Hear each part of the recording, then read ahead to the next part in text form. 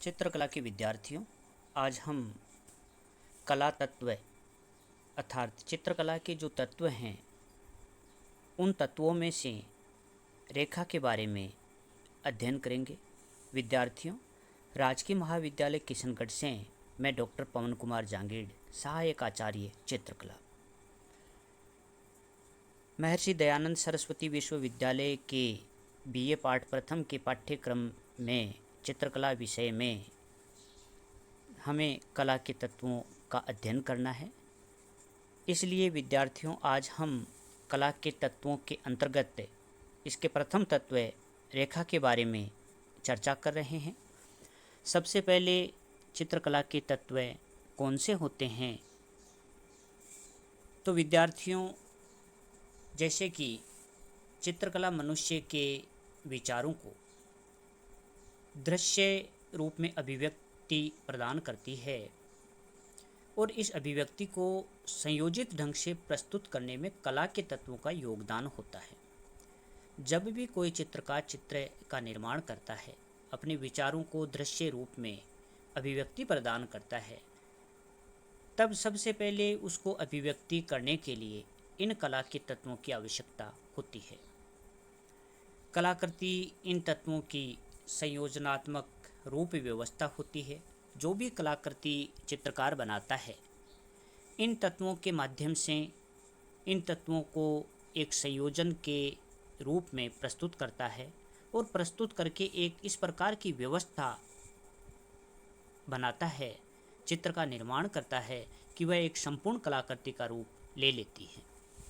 एवं इस संयोजन को आकर्षक बनाने के लिए एक कलाकार को इन तत्वों की आवश्यकता होती है। इसीलिए इन तत्वों की महत्वपूर्ण भूमिका होती है। इन्हें चित्रकला के मूल तत्व कहा जाता है।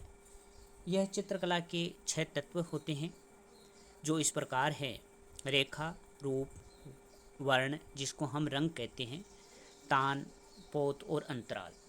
इस प्रकार ये चित्रकला के 6 तत्व होते हैं। इसके अंतर्गत जो अंतिम तत्व हैं, अंतराल,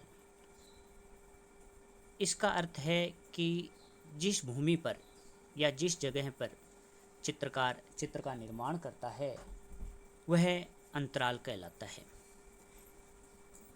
आज हम सबसे प्रथम जो तत्व हैं रेखा, उसके बारे में अध्ययन कर रहे हैं।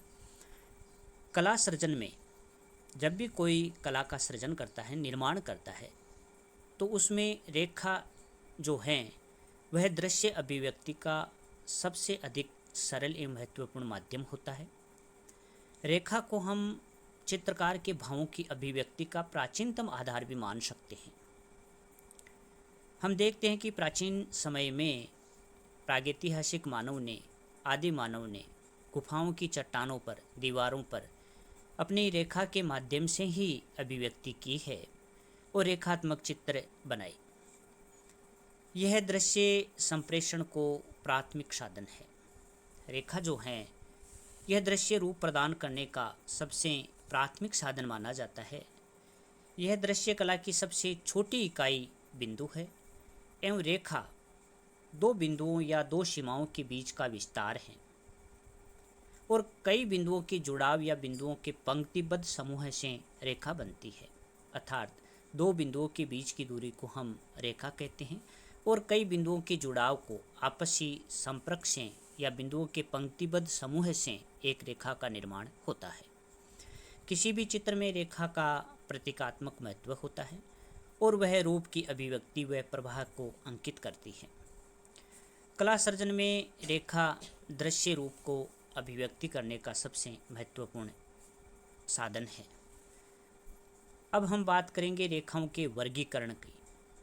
रेखाओं का प्रमुख उद्देश्य होता है रूप का सृजन करना, निर्माण करना एवं जो भाव है उनकी अभिव्यक्ति करना। प्रत्येक रेखा के कुछ सामान्य प्रभाव होते हैं जिनका संबंध हमारी मनोदशाओं व संवेदनाओं से होता है और चित्र रचना में कलाकार इन रेखीय गुणों का लाभ उठाता है। रेखाएं विभिन्न प्रकार की मानी गई हैं, जो इस प्रकार हैं, जैसे कि सीधी खड़ी अथवा लंबवत रेखा। सीधी खड़ी जो रेखाएं हैं ये ऊंचाई और ऊर्ध्वमान की प्रतीक होती हैं, जैसे कि पेड़ सीधा खड़ा होता है, व्यक्ति खड़ा होता है आदि। इसीलिए ये सीधी खड़ी अथवा लंबवत रेखाएं कहलाती हैं। ये रेखाएं हमारे मन में उच्चता का भाव, महत्वाकांक्षा, दृढ़ता का भाव, गौरव, अभिजात्य, स्थिरता एवं शाश्वतता की अनुभूति को जगाती है। इस प्रकार सीधी खड़ी अथवा लंबवत रेखाएं होती है। इसी प्रकार सीधी पड़ी या क्षैतिज जो रेखा है, इस प्रकार की रेखाएं जो हैं आकार को आधार प्रदान करती है। जैसे कि कोई मनुष्य विश्राम कर रहा हो अथवा सुप्तावस्था में क्षैतिज स्थिति में होता है। ये रेखाएं, इस प्रकार जो रेखाएं होती है सीधी पड़ी हुई रेखाएं, यह मानसिक शांति, विश्राम, निष्क्रियता, संतुलन, स्थिरता, मौन आदि भावों की द्योतक है। इसी प्रकार जो तिरछी अथवा कर्णवत जो रेखाएं होती है, वे रेखाएं अंतराल में अर्थात चित्रभूमि पर तिरछी व आड़ी खींची जाती है। ये कर्णवत रेखाएं कहलाती है। ये रेखाएं गति को, तीव्रता को, उत्तेजना को, व्याकुलता को एवं नाटकीयता आदि भावों का संचार करती हैं। कौन सी रेखाएं? तिरछी अथवा कर्णवत रेखाएं। इसी प्रकार जो कोणीय रेखाएं हैं, ये रेखाएं जो कोणीय रेखाएं हैं, ये शीघ्रता से दिशा परिवर्तित करती है, वे कोणीय रेखाएं कहलाती हैं। ये रेखाएं जब भी चित्र में बनती है तो असुरक्षा, अस्पष्टता, व्याकुलता, संघर्ष, क्षणिकता व आघात के भावों को प्रस्तुत करती है, कोणीय रेखाएं। इसी प्रकार जो एक पुंजीय रेखाएं हैं अर्थात एक पुंज से निकलती हुई रेखाएं, इस प्रकार की रेखाएं जो होती है, यह शोभा, प्रसार, स्वच्छता, लिप्तता व अभिलाषा आदि के भावों को प्रकट करती है। और जो चक्राकार रेखाएं हैं, वे रेखाएं वृत्ताकार एवं कुंडलित सर्पाकार रेखाएं चक्राकार रेखाएं के अंतर्गत आती है। इस प्रकार जो चक्राकार रेखाएं या वृत्त के समान जो या कुंडलिक जो रेखाएं होती है, इस प्रकार की रेखाएं गति, उत्तेजना, वृद्धि, शक्ति, निरंतरता व पूर्णता आदि के भावों को प्रकट करती है। और प्रवाही रेखाएं अर्थात प्रवाह के समान बहती हुई जो रेखाएं हैं अर्थात लयात्मक व प्रवाह युक्त रेखाएं, जैसे नदी की प्रवाह युक्त व लयात्मक रेखाएं इसके अंतर्गत आती है। जिस प्रकार नदी की लहरें होती है, वे प्रवाही रेखाओं के द्वारा ही दर्शाई जाती है। ये रेखाएं गति, माधुर्य, लावण्य आदि भावों को दर्शाती है, प्रकट करती है। इस प्रकार यह जो है रेखाओं का वर्गीकरण है। रेखा चित्रकला का आधारभूत तत्व है। सबसे पहले जब भी विद्यार्थी कोई रेखांकन करता है, रेखांकन सिखाया जाता है, तो वह अन्य तत्वों की तरह रेखा का अध्ययन करता है। रेखा में छिपी हुई ऊर्जा रहती है जो व्यक्ति के अंदर अलग अलग भावों का संचार करती है। साधारणतया रेखा के द्वारा गति एवं शक्ति का प्रतीकात्मक स्वरूप विद्यमान रहता है। विद्यार्थी प्रारंभ में रेखा के माध्यम से ही अभ्यास अथवा अंकन प्रारंभ करता है। दो बिंदुओं के बीच की दूरी को रेखा या दो बिंदुओं को जोड़ने वाली दूरी को रेखा कहा जाता है। इसमें गति को दिशा निर्देशन करने की शक्ति होती है। अंकन क्या होता है? ड्राइंग। कलम या पेंसिल या किसी यंत्र के द्वारा धरातल पर मार्ग छोड़ते जाना ही अंकन कहलाता है। परंतु एक कलाकार अंकन में चित्र की सारी खूबियों को दर्शाता है जो भावी चित्र का आधार बनती है। यहाँ इस चित्र में आप देख सकते हो रेखा के द्वारा दृष्टिभ्रम कैसे उत्पन्न किया जा सकता है। जैसा आप इन रेखाओं में देख सकते हो, तीर का निशान लगाते ही ऐसा लगता है कि इस ओर ये रेखाएं गति कर रही है, प्रवाह कर रही है। चित्र को बनाते समय कभी कभी ऐसी स्थिति आती है जब चित्रकार एक से अधिक बिंदुओं को अंकित करता है, परंतु रेखाओं का निर्माण नहीं करता, लेकिन दर्शक को चित्र के देखने से अवलोकन करने पर रेखा का भ्रम उत्पन्न होता है। इस स्थिति को अनुभूत रेखाएं कहते हैं। समान लंबाई की दो रेखाओं को अंकित कर विपरीत दिशा को निर्देशित करने के लिए उनके सिर पर तीर का निशान या चिन्ह अंकित करें तो दृष्टिभ्रम उत्पन्न होता है। ऐसा लगता है कि इधर जिधर हमने तीर का निशान बनाया है उस दिशा में यह गति कर रही है। इसी प्रकार समान दूरी की रेखाओं को अंकित करके दोनों तरफ तीर के निशान बना दें। तत्पश्चात दूसरी लाइन पर उस तीर के निशान को उल्टा बनाए। इस प्रकार के प्रयोग द्वारा आप स्वयं ही दृष्टि भ्रम को समझ सकते हैं, जैसा कि इस चित्र में दर्शाया है, और यह अनुभव कर सकते हैं कि दृष्टि भ्रम किस प्रकार से संबंधित हैं। इसी प्रकार दो समानांतर रेखाओं के ठीक मध्य केंद्र से होकर चारों तरफ खींची गई रेखाएं उनके बीच में अधिक स्थान होने का भ्रम उत्पन्न करती है, या केंद्र में एक दूसरे से दूर जाने का हमें भ्रम होता है। इस प्रकार के प्रयोग द्वारा रेखा और दृष्टि भ्रम को आसानी से समझा जा सकता है। इन चित्रों में आप इनको देख सकते हो। रेखा का प्रभाव बहुत ही महत्वपूर्ण है। चित्रकला में रेखा का विशेष महत्व है। रेखा में भावनात्मक गुण होते हैं। इसके प्रयोग से कलाकार विभिन्न प्रकार के भावों को अपने चित्रफलक पर दर्शाता है। इस प्रकार के सफल प्रयोग पूर्वी और पश्चिमी दोनों साइड के कलाकारों ने किया है। पिकासो, ब्राक, द्राविड, डेविड आदि ने सफल प्रयोग किया है। फ्लोरेंस के कलाकार अपने रेखांकन के लिए विशेष रूप से जाने जाते हैं। तो वहीं हम भारत की बात करें तो भारत में अजंता की गुफा चित्रों में रेखा का उत्कृष्ट स्वरूप हमें देखने को मिलता है, जहाँ पर कलाकार ने महज कुछ रेखाओं की सहायता से अपनी अभिव्यक्ति को भाव विभोर कर दिया है। इस प्रकार हम कह सकते हैं कि एक सफल कलाकार के लिए रेखा का ज्ञान होना अत्यधिक आवश्यक है, एवं उसके विविध पक्षों को भी समझ सकते हैं, जो उसके सर्जन को और महत्वपूर्ण तथा प्रभावशाली बनाएगी, जिससे वह अपने विवेक को और सार्थक तरीके से सभी के सम्मुख रख सकता है। तो इन रेखाओं का क्या प्रभाव है? जैसे सीधी लंबवत जो रेखाएं हैं, वर्टिकल्स हैं, ये इस प्रकार की रेखाएं गौरव, शक्ति, स्थायित्व, शांत चित्तता, आकांक्षा इस प्रकार के भावों को दर्शाती है। सीधी पड़ी हुई जो रेखाएं हैं, इस प्रकार की रेखाएं विश्राम को, निश्चलता को, स्थिरता को, शांति, मौन, संतुलन इस प्रकार के भावों को प्रकट करती है।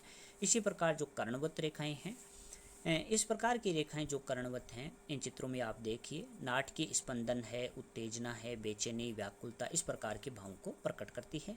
कोणीय जो रेखाएं हैं, वे रेखाएं असुरक्षा, अस्पष्टता, व्याकुलता, आघात, संघर्ष इस प्रकार के भाव प्रकट करती है। और एक पुंजीय जो रेखाएं हैं, चित्र में आप देखिए, एक ही पुंज से निकलती हुई जो रेखाएं हैं, वे एक पुंजीय रेखाएं हैं। इस प्रकार की रेखाएं हमें स्वच्छंदता, अभिलाषा, शोभा, लवणीयता, स्वदेश प्रेम, प्रसाद आदि को दर्शाती है, प्रकट करती है। जो चक्राकार रेखाएं हैं, वे रेखाएं उत्तेजना, गति, शक्ति को प्रकट करती है। और प्रवाही जो रेखाएं हैं, वे रेखाएं प्रवाह को दर्शाती है। अब हम बात करेंगे रेखांकन के प्रकारों की, कि रेखांकन कितने प्रकार के होते हैं। सबसे प्रथम होता है स्वतंत्र रेखांकन, फ्री ड्राइंग। इस पद्धति में वस्तु का मस्तिष्क पर अपने वाला प्रभाव को शीघ्रता के साथ रेखांकित किया जाता है। इसे परिभाषित करते हुए कैंडेस्की ने एक क्रम बताया। कला वस्तुगत प्रभाव का व्यक्तिकरण संयोजन होता है। इस प्रकार यह जो है रेखांकन के जो प्रकार हैं, उसके अंतर्गत सबसे पहले स्वतंत्र रेखांकन जो है होता है। दूसरा है स्मृति रेखांकन। कुछ रूप को हमारी स्मृतियों में पहले से विद्यमान होते हैं। कुछ जो रूप हैं वह हमारी याददाश्त में पहले से ही विद्यमान होते हैं। जब इनको चित्र के रूप में कलाकार अंकित करता है तो इसे स्मृति रेखांकन अर्थात याददाश्त के आधार पर जो रेखांकन किया जाता है वह स्मृति मेमोरी ड्राइंग कहलाती है। और स्वतंत्र रेखांकन अपने आप में फ्रीडम रेखांकन है। तीसरा जो रेखांकन का प्रकार है वह प्रतिरूपात्मक रेखांकन होता है। जैसा देखते हैं वैसा ही बना देना या बनाने का प्रयत्न करना इसके अंतर्गत आता है। इसे प्रतिरूपात्मक रेखांकन कहा जाता है, अर्थात जैसी वस्तु हमें दिखाई दे वैसा का वैसा ही अंकन कर देना प्रतिरूपात्मक रेखांकन होता है। दृष्टांत चित्रों में अत्यधिक उपयोगी होता है। इसी प्रकार यांत्रिक रेखांकन अर्थात यंत्रों की सहायता से जो रेखांकन किया जाता है वह यांत्रिक रेखांकन कहलाता है। सीमांत रेखांकन जब वस्तु को छाया प्रकाश की सहायता से अंकित किया जाता है, अर्थात हम जब उसमें छाया और प्रकाश के माध्यम से चित्र बनाते हैं तो इस प्रकार के रेखांकन को सीमांत रेखांकन कहा जाता है। इसी प्रकार सांकेतिक रेखांकन होता है। यह एक प्रत्यक्ष चित्रण की विधा है। परिप्रेक्ष्य का प्रयोग करके वस्तु के आयतन में सामंजस्य बिठाया जाता है, जिससे सहायक और सक्रिय रूपों का निर्माण होता है। और ऐसे ही प्रकृति रेखांकन है, नेचर ड्राइंग है। इस विधा में प्राकृतिक वस्तु को सम्मुख रखकर अध्ययन किया जाता है। इसके द्वारा प्रदत्त रेखाओं और आकारों का ज्ञान होता है। इनके सूखने या काटने पर किसी प्रकार का परिवर्तन आता है, यह भी हम इसी के माध्यम से जानते हैं। और अंतिम है वस्तु रेखांकन, ऑब्जेक्ट ड्राइंग। वस्तुओं के समूह को सम्मुख रख के सामने रखकर उनका अध्ययन करना कि वस्तु रेखांकन कहलाता है। इसमें कलाकार आकारों में संबंध और संयोजन के प्राथमिक नियम का अध्ययन करता है। इस प्रकार विद्यार्थियों यह रेखांकन के प्रकार होते हैं। तो आज हमने चित्रकला के तत्वों के अंतर्गत इसके प्रथम तत्व जो हैं रेखा, उसका अध्ययन किया। आपको चित्रकला के 6 तत्व कौन से होते हैं? रेखा, रूप, वर्ण, तान, पोत और अंतराल, इनको याद रखना है। इसके अलावा रेखा की परिभाषा, रेखाओं का वर्गीकरण और रेखांकन के प्रकार, रेखा का दृष्टिभ्रम, रेखा का प्रभाव, इन सब बातों का अध्ययन करना है और इन सबको पढ़ते हुए याद रखना है। आज का चैप्टर यहीं समाप्त करते हैं। धन्यवाद।